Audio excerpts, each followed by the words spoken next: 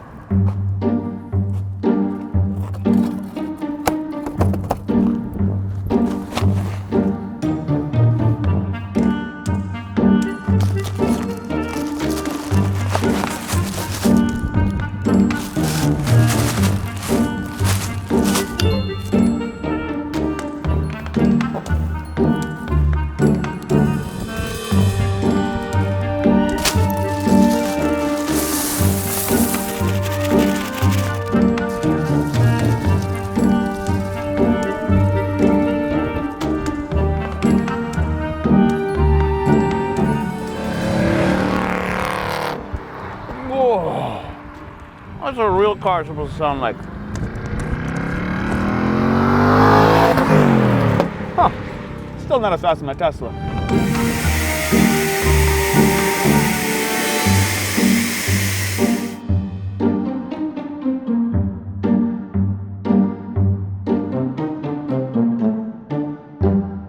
I don't know Mustangs as well as some of the guys out there that absolutely love Mustangs. For me, Mustangs are a new thing. I've just never really liked them or got into them. But then I drove this. This is the Mustang Dark Horse, and it makes 20 more horsepower than the regular Mustang GT. But who cares about that? Look at this thing. It is low to the ground. It's got the stickiest tires that I've ever had the pleasure of being behind the wheel on. It has, I just can't even tell you. For starters, let's talk about this. This is the Mulrooney, and that tells you exactly what this car has. Sort of a birth certificate.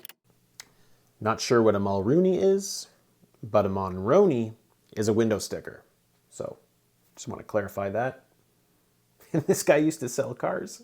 So let's walk through the option list so you know exactly what we're talking about here. Starting with the paint. This paint is called Blue Ember Metallic. You have the Dark Horse Appearance Package, which is a black painted roof, blue calipers with a blue logo right there, and they are Brembos. Then you have the Dark Horse Handling Package that give you these amazing Trofeo RS tires made by Pirelli. 10.5-inch wheels on the front and 11.5-inch wheels on the back. And on the back, you have 315 30 19s. These things are the softest, stickiest tires on the planet. When I drove this thing with a little bit of water on the road, forget it, no grip.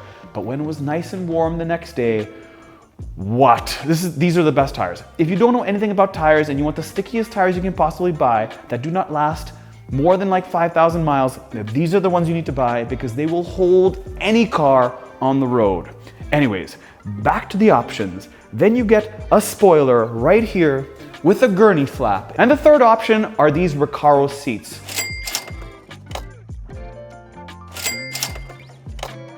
Now that may seem like a lot of money for a Mustang in theory because you can get a Mustang for way cheaper. But the reality is, if you want an out-of-the-box track car that you can basically murder all day, every day, that's going to be very reliable, the Dark Horse is probably the vehicle for you. This makes 500 horsepower and 418 pound-feet of torque out of Ford's Coyote 4th generation V8 5-liter.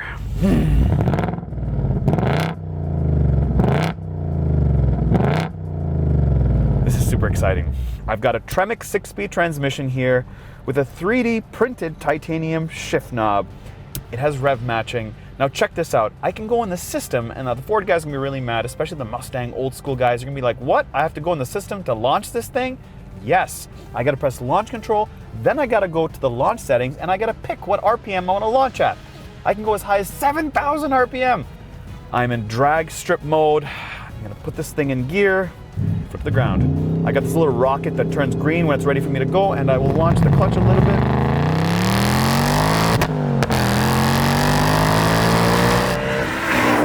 I'm thinking we can probably get this thing under the perfect scenario in like 4.5 is what I'm thinking. There's something I gotta tell you. I'm not a huge domestic performance guy. Just never have. Just hasn't been my thing over the years. I've been more German and obviously a bit of Japanese growing up. So domestics never been my real thing. But I will say something about domestics. Number one, the sound. Yeah, you can't really beat it for the dollar amount. I mean, they absolutely kill the game when it comes to sound.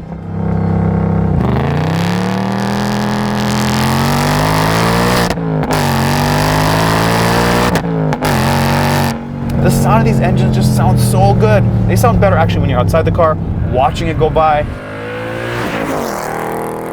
That is like hands down amazing. The sound is amazing. The second thing I've noticed is it's actually pretty thrilling for the driver. It's not the fastest cars, like obviously you put a blower, you make like 700 horsepower and then it goes. But generally speaking, I mean, this makes 500 horsepower. Like, now keep in mind, this does have like oil coolers and transmission coolers, and they've got bigger fans to cool the motor. I mean, this is a track, out of the box machine. Like, it's a beast. So we get this car for a week, and I've had this car for basically 6 days because we also have a Panamera that we're driving at the same time. And I've been driving this over the Panamera for the most part. This is just cooler. It's just more raw. Like, the sound's amazing.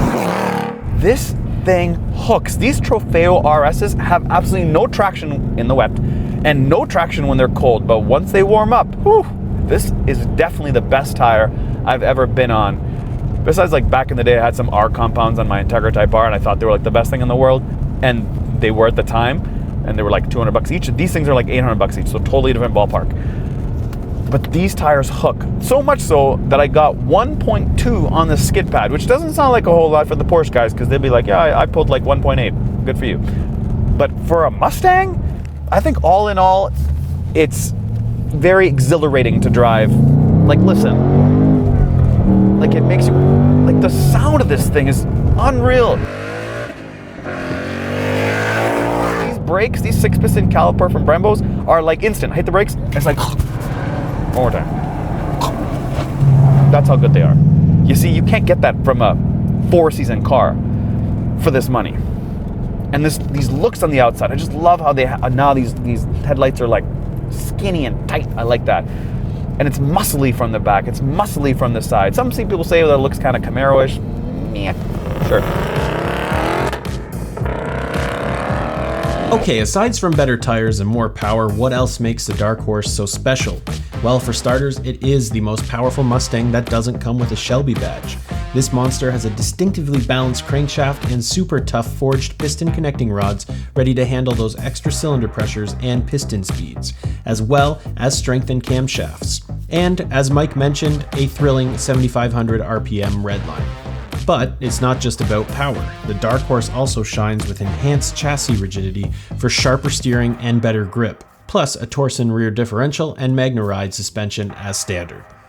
To the front of the Dark Horse. Now, first things first is this color. This color is chameleon-like. It's got lots of different colors when you look at it at different angles. Reminds me of that hypercolor t-shirt used to have back in the day. Used to get hot, it was one color. You got cold, it was a different color. Same with this. Lots of different colors with this paint job. You do have this pinstriping that says Mustang Dark Horse right on the hood. This is a functional hood vent. It is real, it's legit, it does work. It dissipates heat from this 5-liter Mustang. Down from there you have a gloss black grille. Then you have this titanium colored horse because it is a Dark Horse. Then you have your inlet here and your inlet here for your air intakes that flow into this 5-liter. Down from there, you do have a slightly different bumper than you have in the GT. This is more aggressive looking. You have different colors. Obviously, it does match the color on the body of the car. Again, more gloss black down here. Lots of openings for air to flow inside. And then you have this lower valence or lower front spoiler. Now, this front spoiler is very, very low. So if you do end up buying a Dark Horse, just remember to be careful because this is super low. Now, this is a Ford Canada car. And by the time all the journalists are done with it, I expect this car to have no tires, no grip on the tires whatsoever. They'll be completely burned out, and this will be scratched 100%. To the side of the Dark Horse, how cool is this? This looks super, super cool. And we didn't talk about this yet, but this does have a Tremec transmission. I love the fact it has that because the only way to get a manual transmission with the Tremec is with the Dark Horse. Now, if you look at these wheels, you would think that they look really good, but in my opinion, I feel like they should be larger. The diameter should be larger. I feel like these wheels just look a little bit too small for the Dark Horse from your angle there. But, so if we start at the front here, I love the look of this thing. It definitely obviously looks very track heavy, track ready with those Trofeo RSs on them. You can see the Brembos all look sweet. It sits at a good position. You have the Dark Horse badge right there. The color on this mirror housing looks very, very cheap. Like, come here and take a look. The quality is terrible. There's so much orange peel in this thing, I don't know what they were thinking. So if it was me, I would definitely replace these guys with carbon fiber or something cooler, or even get a color match, take it to a local body shop, pull these mirror caps off and get them sprayed. Now when the key's in your pocket, you can walk up to the car, touch the handle, it'll automatically unlock. It even knows, it gives you this cool welcome animation on the front headlights when you walk up to the vehicle, thumbs up. When you're locking or walking away, you touch this handle, it'll lock, boom, done. Car's locked. So when you open up the door to your Dark Horse, that is what you see. Yep, that is a cool Dark Horse logo illuminated on the ground that softly disappears as time goes on. Now, if you're wondering, does this Dark Horse have dual pane windows or windows that, make the cabin a bit quieter? The answer is definitely not. This is a Dark Horse. You need to hear the engine. On the back here, there's a lot. Look at this shoulder. This is a lot of meat going on here, a lot of body paneling.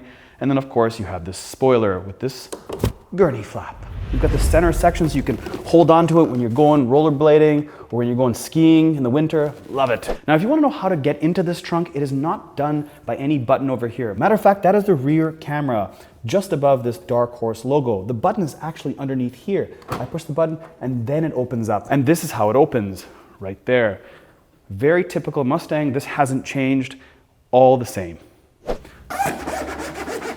All right, you have that little plastic design that makes that noise. You've got your rear Parktronic sensors, a reverse light, and then you have these exhausts. How big are these tips?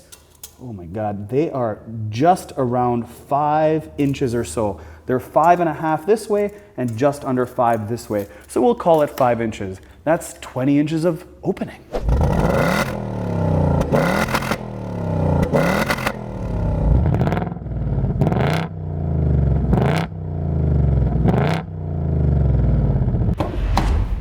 Front seat of the Mustang Dark Horse.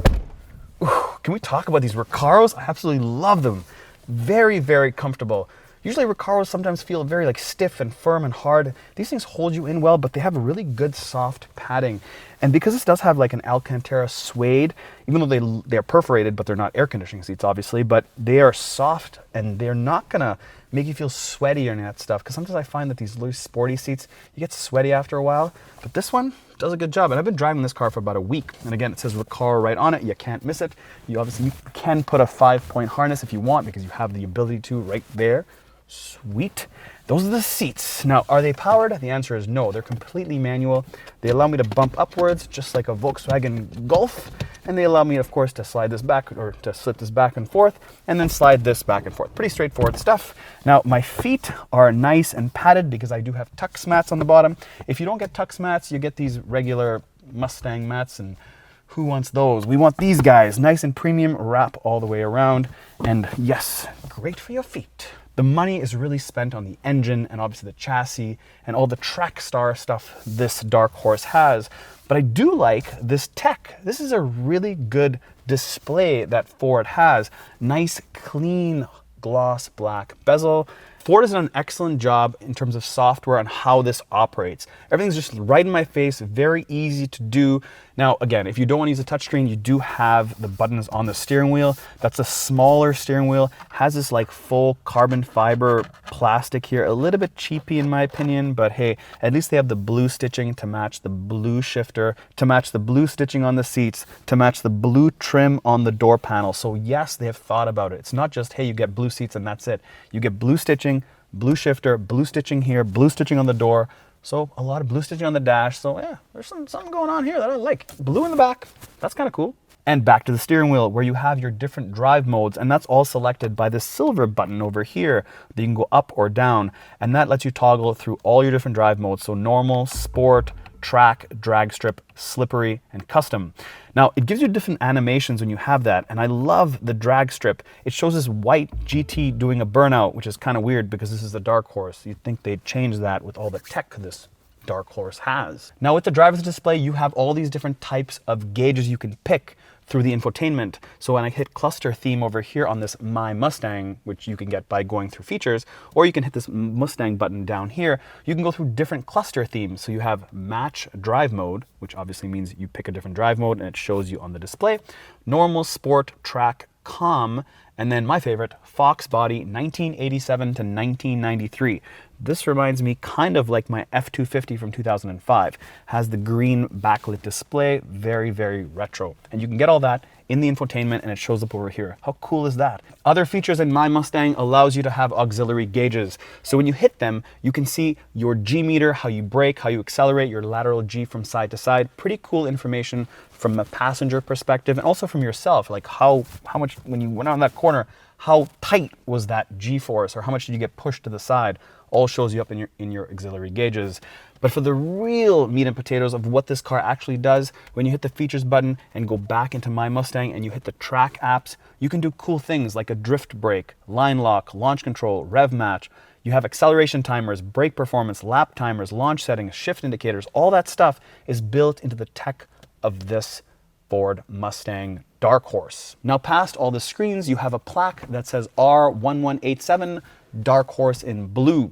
Now, down from these vents, you have your engine start and stop, your little pony button that gets you to your little features on your screen for your infotainment. Then you have stability program, you have your four ways, a features or a star which you can program, and then of course your front defrost. Down from there, you have a large wireless charger, a USB, a USB-C, and then of course your shifter. That is like billet feeling, very solid. Of course, you have a 6-speed Tremec transmission, thumbs up to that. If you want to put it in reverse, you have to push this button upward and then go over, up and over, and that's how you put it in reverse. This is your electronic handbrake, and the way it's activated is you simply just lift it up or you push it down to deactivate. Or, of course, you just put it in gear, seatbelt on, and then just release the clutch. It'll automatically disengage. But why is it even here? Why not just have a button? Well, they want you to use this when you are doing your drift brake. You lift it up and you pull it up, and then of course the back end locks and you do this little drifty thing.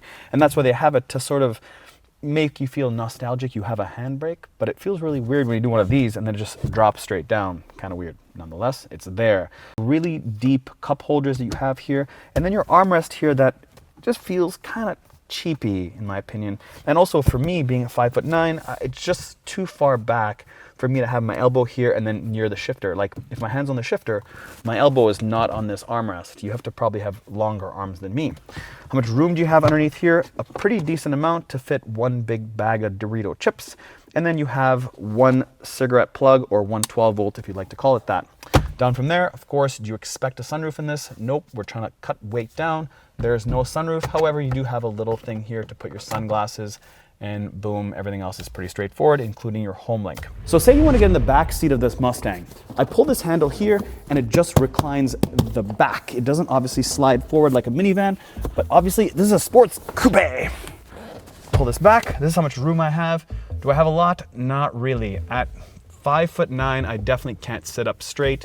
I probably have to duck, give myself a bit of a backache, but I will say these seats are very comfortable. It does hold you in really well, really soft padding. I can go sideways like this and probably last for about maybe an hour at most. You probably have to be 5'3" or so or shorter to actually sit back here and, you know, be sort of comfortable. But then you're really probably giving up the room for the person in the front, because this is really, really tight. And when I put this seat back, it's basically touching the back here. So again, this is really a 2+2. These are just emergency seats. I wouldn't depend on buying this car just because you have seats in the back expecting them to work. So let's see how much room we have in the rear of this Mustang. So the entry point is probably the biggest obstacle or compromise here. That's 42 inches in terms of width, but only about a foot gets that. Everything else gets about 26 inches because the opening is larger with that, and you get about 15 inches of opening. But depth, you get 40 inches, and width inside, you get about 42 inches. Now I know that's a lot of different numbers, but that is because you're restricted by this little weird opening here. However, when you get it inside, you actually get a decent amount of room, and you do have a 50-50 split when it comes to the seats folding down. So the question is, would you buy a Dark Horse over a GT? And the answer is, hell yeah. Listen, I know you only get 20 more horsepower. They've like rejigged the intake, so big deal. Nobody cares about that. What we care about are these tires.